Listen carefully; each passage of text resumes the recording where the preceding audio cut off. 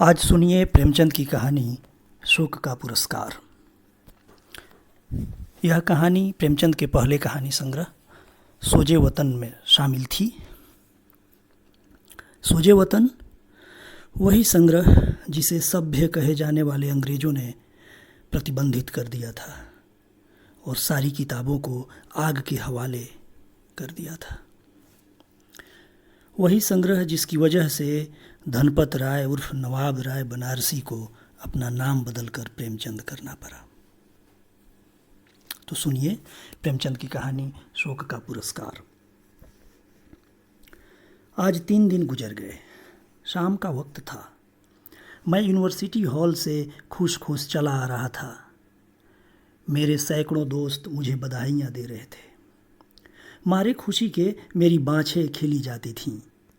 मेरी ज़िंदगी की सबसे प्यारी आरज़ू कि मैं एमए पास हो जाऊं पूरी हो गई थी, और ऐसी खूबी से जिसकी मुझे तनिक भी आशा न थी। मेरा नंबर अव्वल था।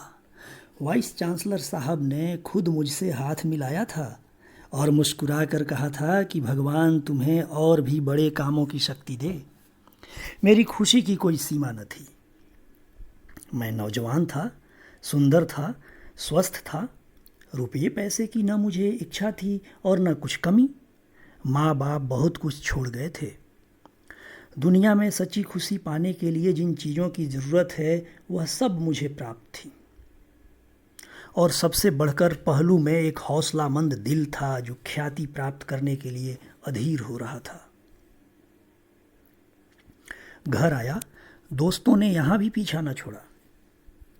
दावत ठहरी। दोस्तों की खातिर तवाज़ों में 12 बज गए। लेटा तो बरबस ख्याल मिस लीलावती की तरफ जा पहुंचा। मिस लीलावती जो मेरे पड़ोस में रहती थीं और जिसने मेरे साथ बीए का डिप्लोमा हासिल किया था। भाग्यशाली होगा वह व्यक्ति जो मिस लीला को ब्याहेगा। कैसी सुंदर है, कितना मीठा गला है, कैसा हंसमुख स्वभाव। मैं कभी कभी उसके यहाँ प्रोफेसर साहब से दर्शन शास्त्र में सहायता लेने के लिए जाया करता था। वह दिन शुभ होता जब प्रोफेसर साहब घर पर न मिलते थे। मिस लीला मेरे साथ बड़े तपाक से पेश आती और मुझे ऐसा मालूम होता था कि मैं ईसा मसीह की शरण में आ जाऊं तो उसे मुझे अपना पति बना लेने में आपत्ति न होगी। वह शेली, बायरन और किट्स की प्रेमी थी और मेरी रुचि भी बिल्कुल उसी के समान थी। जब हम अकेले होते तो अक्सर प्रेम और प्रेम के दर्शन पर बातें करने लगते, और उसके मुंह से भावों में डूबी हुई बातें सुन सुनकर मेरे दिल में गुदगुदी पैदा होने लगती थी। मगर अफसोस, मैं अपना मालिक न था। मेरी शादी एक ऊंचे घराने में कर दी गई थी, और अगरचे मैंने अभी तक अपनी बीवी की सूरत भी न देखी थी, मगर मुझे पूरा पूरा विश्वास था कि मुझे उसकी संगत में वह आनंद नहीं मिल सकता जो मिस लीला की संगत में संभव है। शादी हुए 2 साल हो चुके थे, मगर उसने मेरे पास एक खत भी न लिखा था। मैंने 2-3 खत लिखे भी, मगर किसी का जवाब न मिला। इससे मुझे शक हो गया कि उसकी तालीम भी यूं ही सी है। क्या मैं इसी लड़की के साथ जिंदगी बसर करने पर मजबूर होऊंगा? इस सवाल ने मेरे उन तमाम हवाई किलों को ढा दिया जो मैंने अभी अभी बनाए थे। क्या मैं मिस लीला से हमेशा के लिए हाथ धो लूं? नामुमकिन है। मैं कुमुदनी को छोड़ दूंगा। मैं अपने घर वालों से नाता तोड़ लूंगा। मैं बदनाम हो जाऊंगा, परेशान होऊंगा, मगर मिस लीला को जरूर अपना बनाऊंगा। इन्हीं ख्यालों के असर में मैंने अपनी डायरी लिखी और उसे मेज पर खुला छोड़कर बिस्तर पर लेटा रहा और सोचते सोचते सो गया। सवेरे उठकर देखता हूं तो बाबू निरंजन दास मेरे सामने कुर्सी पर बैठे हैं। उनके हाथ में डायरी थी जिसे वह ध्यानपूर्वक पढ़ रहे थे। उन्हें देखते ही मैं बड़े चाव से लिपट गया। अफसोस, अब उस देवोपम स्वभाव वाले नौजवान की सूरत देखनी न नसीब होगी। अचानक मौत ने उसे हमेशा के लिए हमसे अलग कर दिया। कुमुदनी के सगे भाई थे, बहुत स्वस्थ, सुंदर और हंसमुख। उम्र मुझसे 2 ही 4 साल ज़्यादा थी। ऊंचे पद पर नियुक्त थे। कुछ दिनों से इसी शहर में तब्दील होकर आ गए थे। मेरी और उनकी गाढ़ी दोस्ती हो गई थी। मैंने पूछा, क्या तुमने मेरी डायरी पढ़ ली? निरंजन ने कहा, हाँ। मैंने उनसे कहा, मगर कुमुदनी से कुछ मत कहना। निरंजन ने जवाब दिया, बहुत अच्छा, न कहूँगा। मैंने फिर कहा, इस वक्त किसी सोच में हो? मेरा डिप्लोमा देखा? निरंजन ने कहा, घर से खत आया है, पिताजी बीमार हैं, 2-3 दिन में जाने वाला हूँ। मैंने कहा, शौक से जाइए, ईश्वर उन्हें जल्द स्वस्थ करे। उन्होंने कहा, तुम भी चलोगे? न मालूम कैसा पड़े कैसा न पड़े। मैंने जवाब दिया, मुझे तो इस वक्त माफ़ कर दो। निरंजन दास यह कहकर चले गए। मैंने हजामत बनाई, कपड़े बदले और मिस लीलावती से मिलने का चाव मन में लेकर चला। वहाँ जाकर देखा तो ताला पड़ा हुआ है। मालूम हुआ कि मिस साहिबा की तबीयत 2-3 दिन से खराब थी। आब हवा बदलने के लिए नैनीताल चली गईं। अफसोस, मैं हाथ मल कर रह गया। क्या लीला मुझसे नाराज थी? उसने मुझे क्यों खबर नहीं दी? लीला, क्या तू बेवफा है? तुझसे बेवफाई की उम्मीद न थी। फौरन पक्का इरादा कर लिया कि आज की डाक से नैनीताल चल दूं। मगर घर आया तो लीला का खत मिला। कांपते हुए हाथों से खोला। लिखा था, मैं बीमार हूँ, मेरी जीने की कोई उम्मीद नहीं है। डॉक्टर कहते हैं कि प्लेग है। जब तक तुम आओगे शायद मेरा किस्सा तमाम हो जाएगा। आखिरी वक्त तुमसे न मिलने का सख्त सदमा है। मेरी याद दिल में कायम रखना। मुझे सख्त अफसोस है कि तुमसे मिलकर नहीं आई। मेरा कसूर माफ़ करना और अपनी अभागिनी लीला को भुला मत देना। खत मेरे हाथ से छूटकर गिर पड़ा। दुनिया आंखों में अंधेरी हो गई। मुंह से एक ठंडी आह निकली। बिना एक क्षण गवाए मैंने बिस्तर बांधा और नैनीताल चलने के लिए तैयार हो गया। घर से निकला ही था कि प्रोफेसर बोस से मुलाकात हो गई। कॉलेज से चले आ रहे थे। चेहरे पर शोक लिखा हुआ था।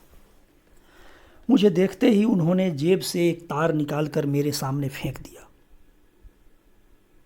मेरा कलेजा धक से हो गया। आंखों में अंधेरा छा गया। तार कौन उठाता है? और हाय मार कर बैठ गया। लीला, तू इतनी जल्दी मुझसे जुदा हो गई? मैं रोता हुआ घर आया और चारपाई पर मुंह ढांप कर खूब रोया। नैनीताल जाने का इरादा खत्म हो गया। 10-12 दिन तक मैं उन्माद किसी दशा में इधर उधर घूमता रहा। दोस्तों की सलाह हुई कि कुछ रोज के लिए कहीं घूमने चले जाओ। मेरे दिल में भी यह बात जम गई। निकल खड़ा हुआ और 2 महीने तक विंध्याचल, पारसनाथ वगैरह पहाड़ियों में आवारा फिरता रहा। ज्यों त्यों करके नई नई जगहों और दृश्यों की सैर से तबीयत को जरा तस्कीन हुई। मैं आबू में था जब मेरे नाम तार पहुंचा कि मैं कॉलेज की असिस्टेंट प्रोफेसरी के लिए चुन लिया गया हूँ। जी तो न चाहता था कि फिर इस शहर में आऊं, मगर प्रिंसिपल के खत ने मजबूर कर दिया। लाचार लौटा और अपने काम में लग गया। जिंदादिली नाम को भी बाकी न रही। दोस्तों की संगत से भागता और हंसी मजाक से चीड़ मालूम होती। एक रोज शाम के वक्त मैं अपने अंधेरे कमरे में लेटा हुआ कल्पना लोक की सैर कर रहा था तभी सामने वाले मकान से गाने की आवाज़ आई। आहा, क्या आवाज़ थी! तीर की तरह दिल में चुभी जाती थी। स्वर कितना करुण था। इस वक्त मुझे अंदाजा हुआ कि गाने में क्या असर होता है। तमाम रोंगटे खड़े हो गए, कलेजा मसोसने लगा और दिल पर एक अजीब सी वेदना छा गई। आंखों से आंसू बहने लगे। हाय, यह लीला का प्यारा गीत था। पिया मिलन है कठिन बावरी। मुझसे जब्त न हो सका। मैं एक उन्माद की सी दशा में उठा और जाकर सामने वाले मकान का दरवाज़ा खटखटाया। मुझे उस वक्त यह चेतना न रही कि एक अजनबी आदमी के मकान पर आकर खड़े हो जाना और उसके एकांत में विघ्न डालना परले दर्जे की असभ्यता है। एक बुढ़िया ने दरवाज़ा खोल दिया और मुझे खड़े देखकर लपकी हुई अंदर गई। मैं भी उसके साथ चला गया। दहलीज तय करते ही एक बड़े कमरे में पहुंचा। उस पर एक सफ़ेद फर्श बिछा हुआ था। गांव तकिए भी रखे थे। दीवारों पर खूबसूरत तस्वीरें लटक रही थीं और एक 16-17 साल का सुंदर नौजवान, जिसकी अभी मसें भीग रही थीं, मसनद के करीब बैठा हुआ हारमोनियम पर गा रहा था। मैं कसम खा सकता हूँ कि ऐसा सुंदर स्वस्थ नौजवान मेरी नज़र से कभी नहीं गुजरा। चाल ढाल से सिख मालूम होता था। मुझे देखते ही चौंक पड़ा और हारमोनियम छोड़कर खड़ा हो गया। शर्म से सिर झुका लिया और कुछ घबराया हुआ सा नजर आने लगा। मैंने कहा, माफ़ कीजिएगा, मैंने आपको बड़ी तकलीफ़ दी। आप इस फन के उस्ताद मालूम होते हैं। खासकर जो चीज़ अभी आप गा रहे थे वह मुझे पसंद है। नौजवान ने अपनी बड़ी बड़ी आंखों से मेरी तरफ देखा और सर नीचा कर लिया। उसने होठों ही में कुछ अपने नौसिखिएपन की बात कही। मैंने फिर पूछा, आप यहाँ कब से हैं? नौजवान ने कहा, 3 महीने के करीब होता है। मैंने तत्काल पूछा, आपका शुभ नाम? नौजवान ने जवाब दिया, मुझे मेहर सिंह कहते हैं। मैं बैठ गया और बहुत गुस्ताखाना बेतकल्लुफ़ी से मेहर सिंह का हाथ पकड़कर बिठा दिया और फिर माफ़ी मांगी। उस वक्त की बातचीत से मालूम हुआ कि वह पंजाब का रहने वाला है और यहाँ पढ़ने के लिए आया हुआ है। शायद डॉक्टरों ने सलाह दी थी कि पंजाब की आब हवा उसके लिए ठीक नहीं है। मैं दिल में तो झेंपा कि एक स्कूल के लड़के के साथ बैठकर ऐसी बेतकल्लुफ़ी से बातें कर रहा हूँ, मगर संगीत के प्रेम ने इस ख्याल को न रहने दिया। रस्मी परिचय के बाद मैंने फिर प्रार्थना की कि वही चीज़ छेड़िए। मेहर सिंह ने आंखें नीचे करके जवाब दिया, मैं अभी बिल्कुल नौसिखिया हूँ। मैंने कहा, यह तो आप अपनी जबान से कहिए। मेहर सिंह झेंप गया। आप कुछ फरमाएं, हारमोनियम हाजिर है। मैंने कहा, मैं इस फन में बिल्कुल कोरा हूँ, वरना आपकी फरमाइश जरूर पूरी करता। इसके बाद मैंने बहुत बहुत आग्रह किया, मगर मेहर सिंह झेंपता ही रहा। मुझे स्वभावतः शिष्टाचार से घृणा है। हालांकि इस वक्त मुझे रूखा होने का कोई हक न था, मगर जब मैंने देखा कि यह किसी तरह न मानेगा तो जरा रुखाई से बोला, खैर जाने दीजिए। मुझे अफसोस है कि मैंने आपका बहुत वक्त बर्बाद किया। माफ़ कीजिए। यह कहकर उठ खड़ा हुआ। मेरी रोनी सूरत देखकर शायद मेहर सिंह को उस वक्त तरस आ गया। उसने झेंपते हुए मेरा हाथ पकड़ लिया और बोला, आप तो नाराज हुए जाते हैं। मैंने कहा, मुझे आपसे नाराज होने का कोई हक हासिल नहीं। उसने जवाब दिया, अच्छा बैठ जाइए, मैं आपकी फरमाइश पूरी करूंगा, मगर मैं अभी बिल्कुल अनाड़ी हूं। मैं बैठ गया और मेहर सिंह ने हारमोनियम पर वही गीत अलापना शुरू किया। पिया मिलन है कठिन बावरी। कैसी सुरीली तान थी, कैसी मीठी आवाज़, कैसा बेचैन करने वाला भाव। उसके गले में वह रस था जिसका बयान नहीं हो सकता। मैंने देखा कि गाते गाते खुद उसकी आंखों में आंसू भर आए। मुझ पर इस वक्त एक मोहक सपने की सी दशा छाई हुई थी। एक बहुत मीठा नाजुक दर्दनाक असर दिल पर हो रहा था। यह दर्द बयान नहीं किया जा सकता। एक हरे भरे मैदान का नक्शा आंखों के सामने खींच गया और लीला, प्यारी लीला उस मैदान पर बैठी हुई मेरी तरफ हसरत भरी आंखों से ताक रही थी। मैंने एक लंबी आह भरी और बिना कुछ कहे उठ खड़ा हुआ। इस वक्त मेहर सिंह ने मेरी तरफ ताका। उसकी आंखों में मोती के कतरे डबडबाए हुए थे और बोला, कभी कभी तशरीफ लाया कीजिएगा। मैं सिर्फ इतना ही जवाब दे सका, मैं आपका बहुत कृतज्ञ हूँ।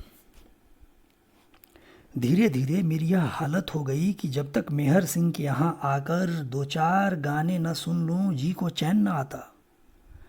शाम हुई और मैं जा पहुँचा। कुछ देर तक गानों की बहार लूटता और तब उसे पढ़ाता। ऐसे जहीन और समझदार लड़के को पढ़ाने में मुझे खास मज़ा आता था। मालूम होता था कि मेरी एक एक बात उसके दिल पर नक्श हो रही है। जब तक मैं पढ़ाता वह पूरे जी जान से कान लगाए बैठा रहता। जब उसे देखता पढ़ने लिखने में डूबा हुआ पाता। साल भर में ही अपने भगवान के दिए हुए जेहन की बदौलत उसने अंग्रेजी में अच्छी योग्यता प्राप्त कर ली। मामूली चिट्ठियां लिखने लगा और दूसरा साल गुजरते गुजरते वह अपने स्कूल के कुछ छात्रों से बाजी ले गया। जितने मुदर्रिस थे सब उसकी अक्ल पर हैरत करते और सीधा नेक चलन ऐसा कि कभी झूठ मूठ भी किसी ने उसकी शिकायत नहीं की। वह अपने सारे स्कूल की उम्मीद और रौनक था। लेकिन बावजूद सिख होने के उसे खेल कूद में रुचि न थी। मैंने उसे कभी क्रिकेट में नहीं देखा। शाम होते ही सीधा घर चला आता और लिखने पढ़ने में लग जाता। मैं धीरे धीरे उससे इतना हिल मिल गया कि बजाय शिष्य के उसको अपना दोस्त समझने लगा।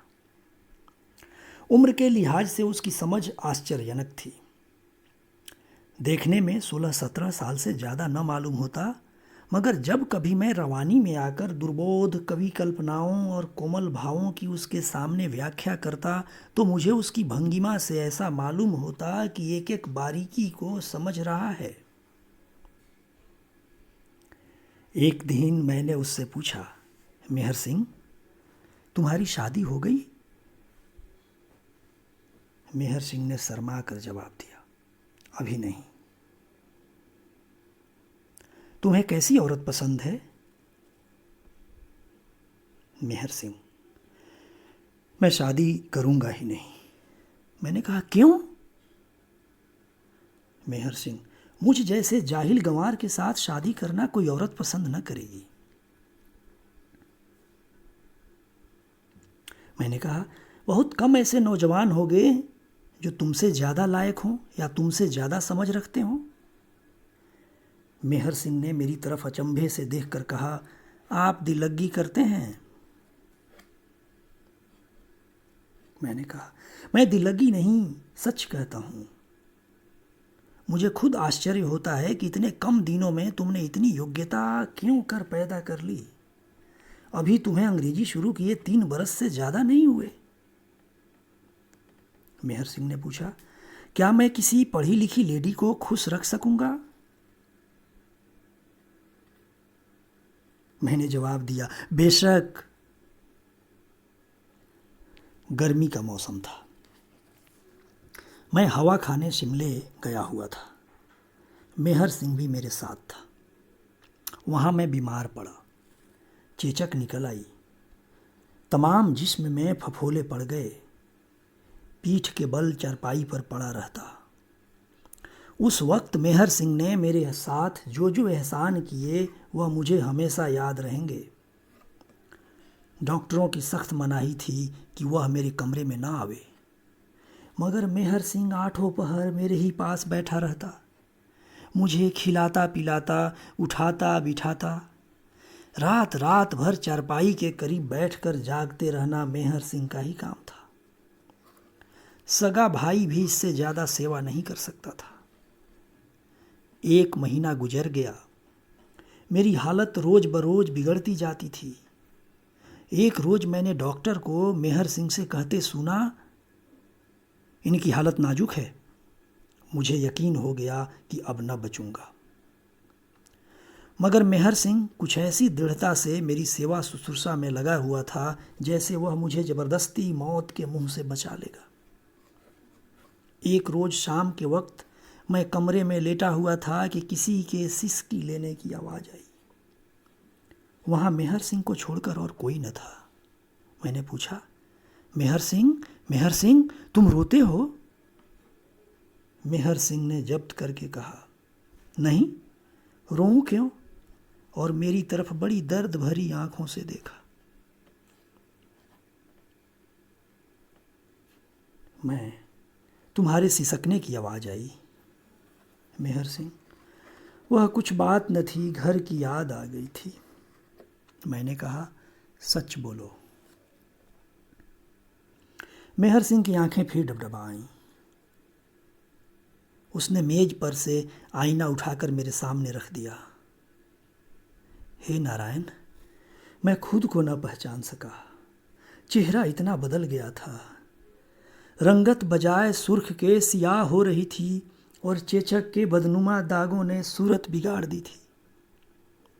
अपनी यह बुरी हालत देखकर मुझसे भी जब्त न हो सका और आंखें डबडबा गईं। वह सौंदर्य जिस पर मुझे इतना गर्व था बिल्कुल विदा हो गया था। मैं शिमले से वापस आने की तैयारी कर रहा था। मेहर सिंह उसी रोज मुझसे विदा होकर अपने घर चला गया। मेरी तबीयत बहुत उचाट हो रही थी। असबाब सब बंध चुका था कि मेरी गाड़ी मेरे दरवाजे पर आकर रुकी और उसमें से कौन उतरा? मिस लीला। मेरी आंखों को विश्वास न हो रहा था। चकित होकर ताकने लगा। मिस लीलावती ने आगे बढ़कर मुझे सलाम किया और हाथ मिलाने को बढ़ाया। मैंने भी बौखलाहट में हाथ तो बढ़ा दिया, मगर अभी तक यह यकीन नहीं हुआ था कि मैं सपना देख रहा हूं या हकीकत है।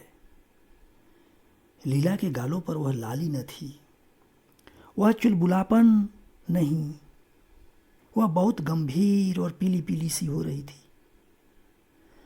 आखिर मेरी हैरत कम न होते देखकर उसने मुस्कुराने की कोशिश करते हुए कहा, तुम कैसे जेंटलमैन हो कि एक शरीफ लेडी को बैठने के लिए कुर्सी भी नहीं देते। मैंने अंदर से कुर्सी लाकर उसके लिए रख दी, मगर अभी तक यही समझ रहा था कि सपना देख रहा हूं। लीलावती ने कहा, शायद तुम मुझे भूल गए। मैंने जवाब दिया, भूल तो उम्र भर नहीं सकता, मगर आंखों को एतबार नहीं आता। लीला ने कहा, तुम तो बिल्कुल पहचाने नहीं जाते। मैंने जवाब दिया, तुम भी तो वह नहीं रही, मगर आखिर यह भेद क्या है? क्या तुम स्वर्ग से लौट आई? लीला ने कहा, मैं तो नैनीताल में अपने मामा के यहाँ थी। मैंने पूछा, और वह चिट्ठी मुझे किसने लिखी थी और तार किसने दिया था? लीला ने जवाब दिया, मैंने ही। मैंने तत्काल सवाल किया, क्यों? तुमने यह मुझे धोखा क्यों दिया? शायद तुम अंदाजा नहीं कर सकती कि मैंने तुम्हारे शोक में कितनी पीड़ा सही है। मुझे उस वक्त एक अनोखा गुस्सा आया, यह फिर मेरे सामने क्यों आ गई? मर गई तो मर ही रही, मर गई तो मरी ही रहती। लीला ने कहा, इसमें एक गुर था, मगर यह बात तो फिर होती रहेंगी। आओ इस वक्त तुम्हें अपनी एक लेडी फ्रेंड से इंट्रोड्यूस कराऊं। वह तुमसे मिलने की बहुत इच्छुक है। मैंने अचरज से पूछा, मुझसे मिलने को? मगर लीलावती ने इसका कोई जवाब न दिया और मेरा हाथ पकड़कर गाड़ी के सामने ले गई। उसमें एक युवती हिंदुस्तानी कपड़े पहने बैठी हुई थी। मुझे देखते ही उठ खड़ी हुई और हाथ बढ़ा दिया। मैंने लीला की तरफ सवाल करती हुई आंखों से देखा। लीला ने पूछा, क्या तुमने नहीं पहचाना? मैंने जवाब दिया, मुझे अफसोस है कि मैंने आपको पहले कभी नहीं देखा, और अगर देखा भी हो तो घूंघट की आड़ से क्यों कर पहचान सकता हूं। लीला ने जवाब दिया, यह तुम्हारी बीवी कुमुदनी है। मैंने आश्चर्य के स्वर में कहा, कुमुदनी यहाँ? लीला ने कहा, कुमुदनी मुंह खोल दो और अपने प्यारे पति का स्वागत करो। घूंघट हटाओ कुमुदनी। कुमुदनी ने कांपते हुए हाथों से जरा सा घूंघट उठाया। लीला ने सारा घूंघट हटा दिया। मुंह सामने था और ऐसा मालूम हुआ कि जैसे बादल से चांद निकल आया। मुझे ख्याल आया, मैंने यह चेहरा कहीं देखा है। कहाँ? आहा, उसकी नाक पर भी तो वही तिल है, उंगली में वही अंगूठी भी है। लीला ने पूछा, क्या सोचते हो, अब पहचाना? मैंने कहा, मेरी अक्ल कुछ काम नहीं करती, हू बहू यही हुलिया मेरे एक प्यारे दोस्त मेहर सिंह का है। लीला ने मुस्कुराते हुए कहा, तुम तो हमेशा निगाह के तेज बनते थे, इतना भी नहीं पहचान सकते? मैं खुशी से फूल उठा। कुमुदनी मेहर सिंह के भेष में? मैंने उसी वक्त उसे गले से लगा लिया और खूब दिल खोल कर प्यार किया। इन कुछ क्षणों में मुझे जो खुशी हासिल हुई उसके मुकाबले जिंदगी भर की खुशियां हैं। हम दोनों आलिंगन पास में बंधे हुए थे। कुमुदनी, प्यारी कुमुदनी के मुंह से आवाज़ न निकलती थी, हाँ, आंखों से आंसू जारी थे। मिस लीला बाहर खड़ी कोमल आंखों से यह दृश्य देख रही थी। मैंने उसके हाथों को चूमकर कहा, प्यारी लीला, तुम सच्ची देवी हो, जब तक जिएंगे तुम्हारे कृतज्ञ रहेंगे। लीला के चेहरे पर एक हल्की सी मुस्कुराहट दिखाई दी। बोली, अब तो शायद तुम्हें मेरे शोक का काफ़ी पुरस्कार मिल गया। कहानी पाठ राजीव रंजन गिरी। शुक्रिया।